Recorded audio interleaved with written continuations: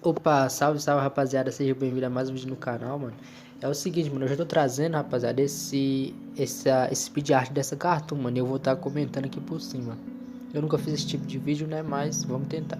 Vocês viram que eu fiz um primeiro esboço, só que não ficou tão legal, eu fui fazendo mais outro esboço por cima, mano. E tem aquela imagem ali embaixo, rapaziada, ali é a imagem que eu uso de referência, mano. Eu não copiei, eu só usei de referência.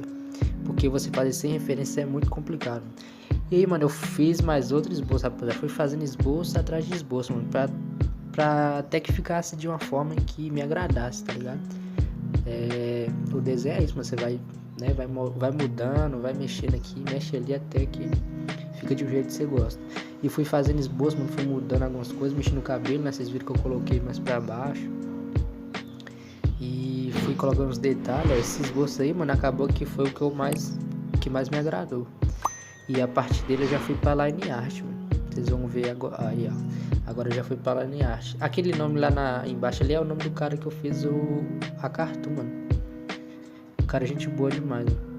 E aí eu já fui pra line art, ó. Fui fazendo a line art aí, ó. Dessa vez, né, colocando os traços bem certinho. Esse nariz, mano, que eu ramelei, não era pra... Ele ficou meio esquisito, rapaziada. Ficou meio torto, sei lá.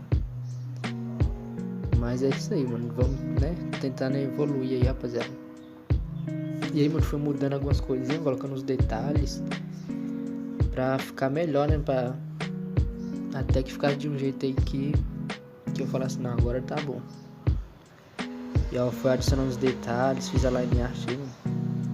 Eu podia ter mexido mais ainda na line art. E aí já passei pra pintura, né, mano? Pintei ali a pele, ó. Fui adicionando as sombras, rapaziada. Na pintura, você tem que adicionar sombra, rapaziada. Se você coloca uma cor só, mano, não fica legal. Se tiver ouvindo algum barulho aí, mano, desculpa, é porque aqui é muito movimentado. E aí não tem jeito. Ó, vocês viram que eu coloquei ali 3 tipos de sombra. Coloquei uma sombra, a cor da pele normal, coloquei uma sombra, coloquei mais outra sombra, que é pra dar mais profundidade aí, pra ficar mais da hora, mano.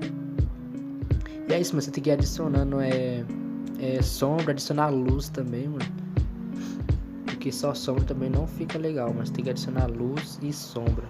Aí fui pro cabelo, né, adicionei alguns brilhos ali ao redor, né, um cabelo preto, adicionei uns brilhos cinza.